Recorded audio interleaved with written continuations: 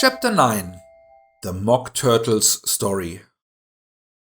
"You can't think how glad I am to see you again, you dear old thing," said the Duchess as she tucked her arm affectionately into Alice's, and they walked off together.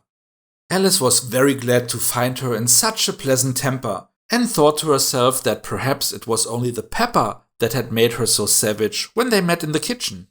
"When I am a Duchess," she said to herself, not in a very hopeful tone though, "I won't have any pepper in my kitchen at all.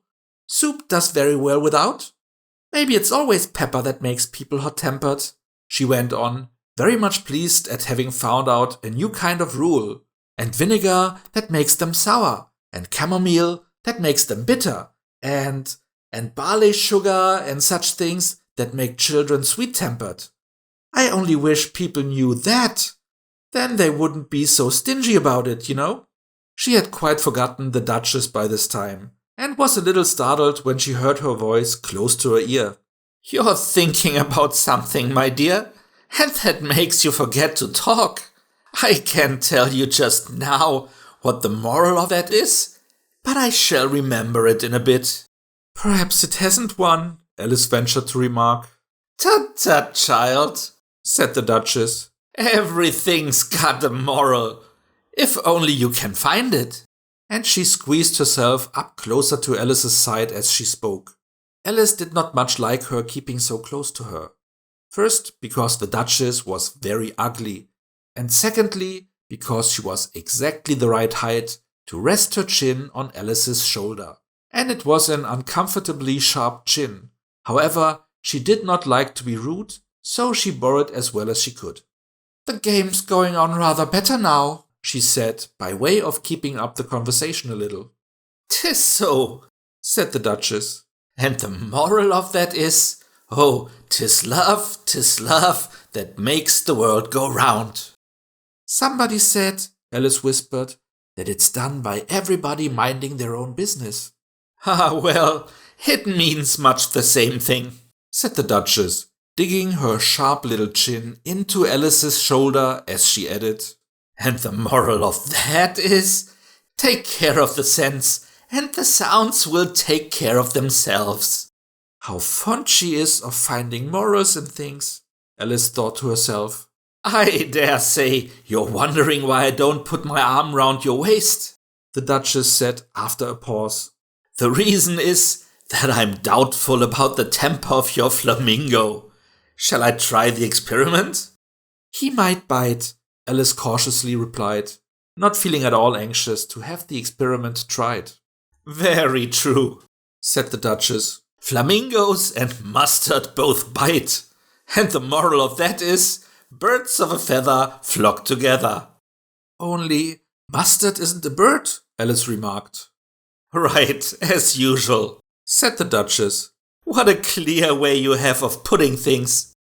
"It's a mineral, I think," said Alice. "Of course it is," said the Duchess, who seemed ready to agree to everything that Alice said. "There's a large mustard mine near here, and the moral of that is, the more there is of mine, the less there is of yours." "Oh, I know," exclaimed Alice, who had not attended to this last remark. "It's a vegetable. It doesn't look like one, but it is." "I quite agree with you," said the Duchess. "And the moral of that is, be what you would seem to be. Or if you'd like it put more simply, never imagine yourself not to be otherwise than what it might appear to others, that what you were or might have been was not otherwise than what you had been would have appeared to them to be otherwise." "I think I should understand that better," Alice said very politely, "if I had it written down, but I can't quite follow it as you say it." "That's nothing to what I could say if I chose," the Duchess replied in a pleased tone. "Pray don't trouble yourself to say it any longer than that," said Alice. "Oh, don't talk about trouble," said the Duchess. "I make you a present of everything I've said as yet." "A cheap sort of present," thought Alice. "I'm glad they don't give birthday presents like that." But she did not venture to say it out loud. "Thinking again?" the Duchess asked, with another dig of her sharp little chin. I've a right to think, said Alice sharply, for she was beginning to feel a little worried. Just about as much right, said the Duchess, as pigs have to fly and the But here, to Alice's great surprise, the Duchess's voice died away, even in the middle of her favorite word, moral, and the arm that was linked into hers began to tremble.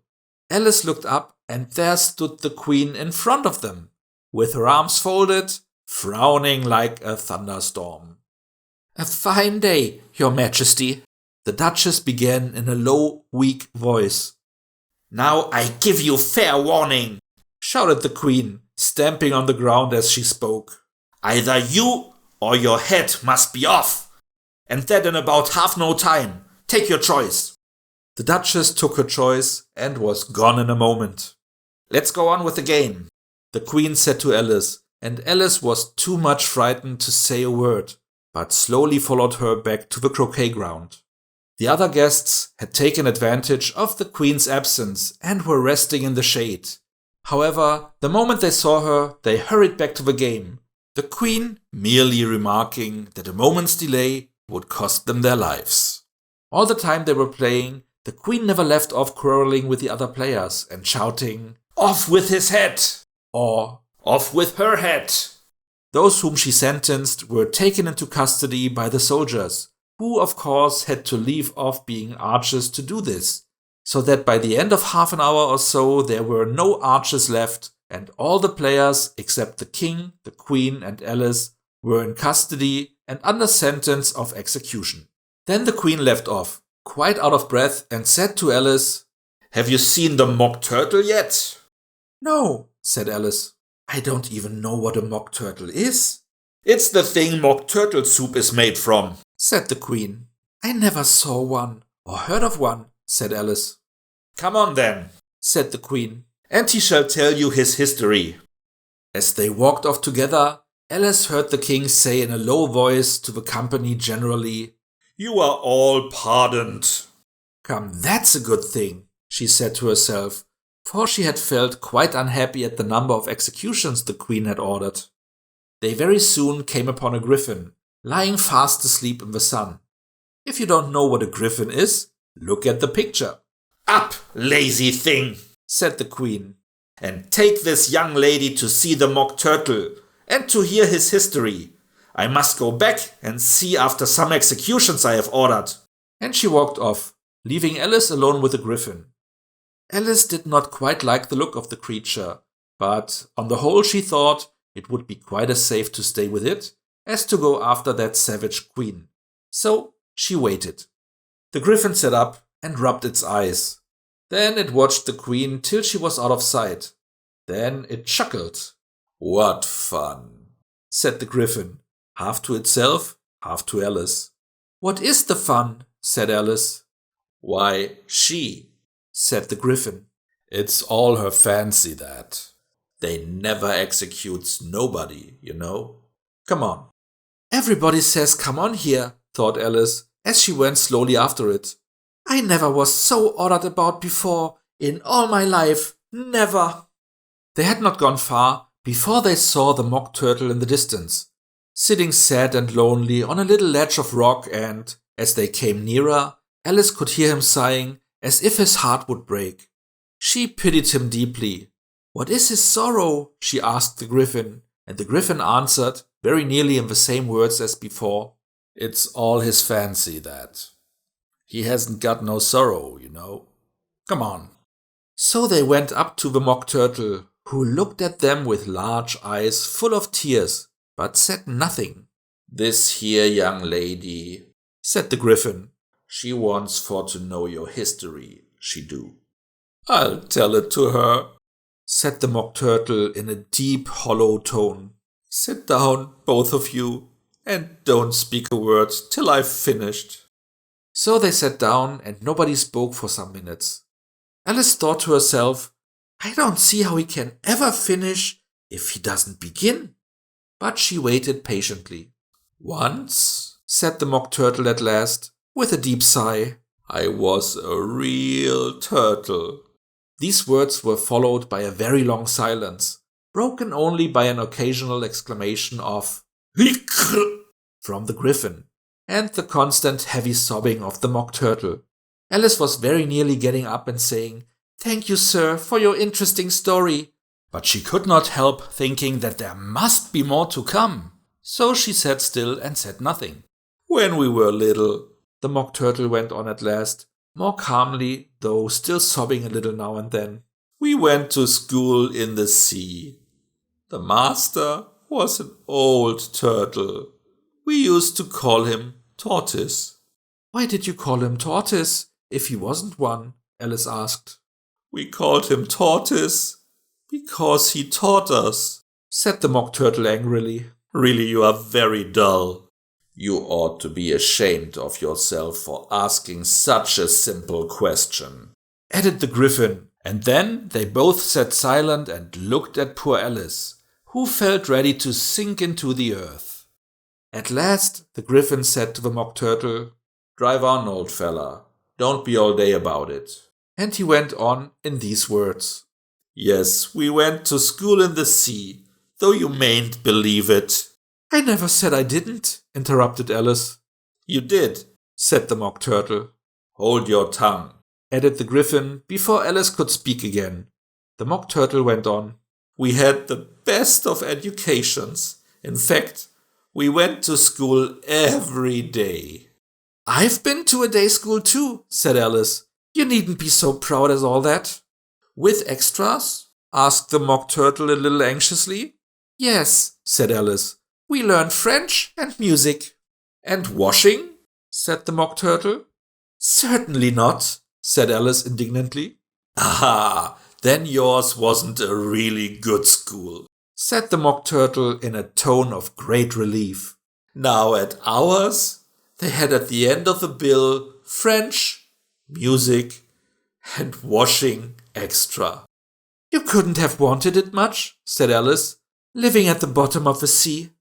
"I couldn't afford to learn it," said the Mock Turtle with a sigh. "I only took the regular course." "What was that?" inquired Alice. "Reeling and writhing, of course, to begin with," the Mock Turtle replied. "And then the different branches of arithmetic. Ambition, distraction, uglification, and derision." "I never heard of uglification," Alice ventured to say. "What is it?" The griffin lifted up both its paws in surprise. "Never heard of uglifying?" it exclaimed.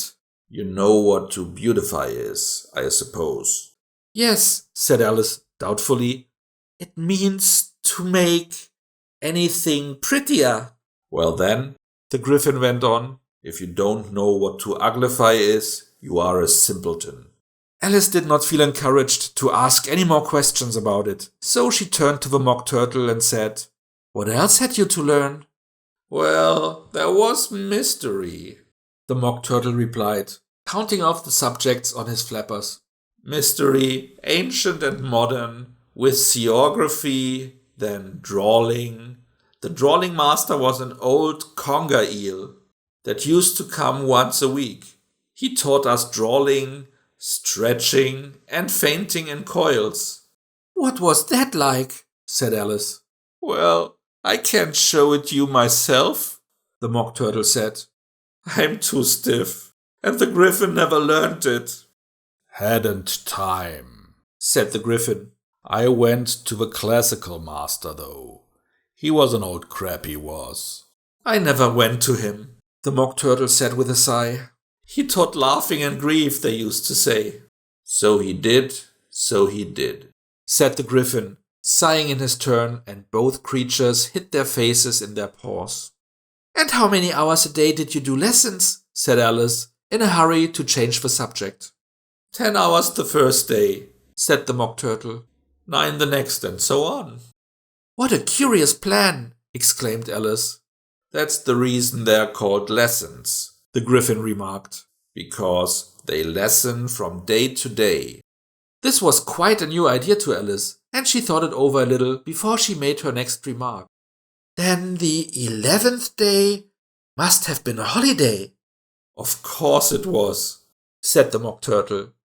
And how did you manage on the 12th? Alice went on eagerly. That's enough about lessons. The Gryphon interrupted in a very decided tone. Tell her something about the games now.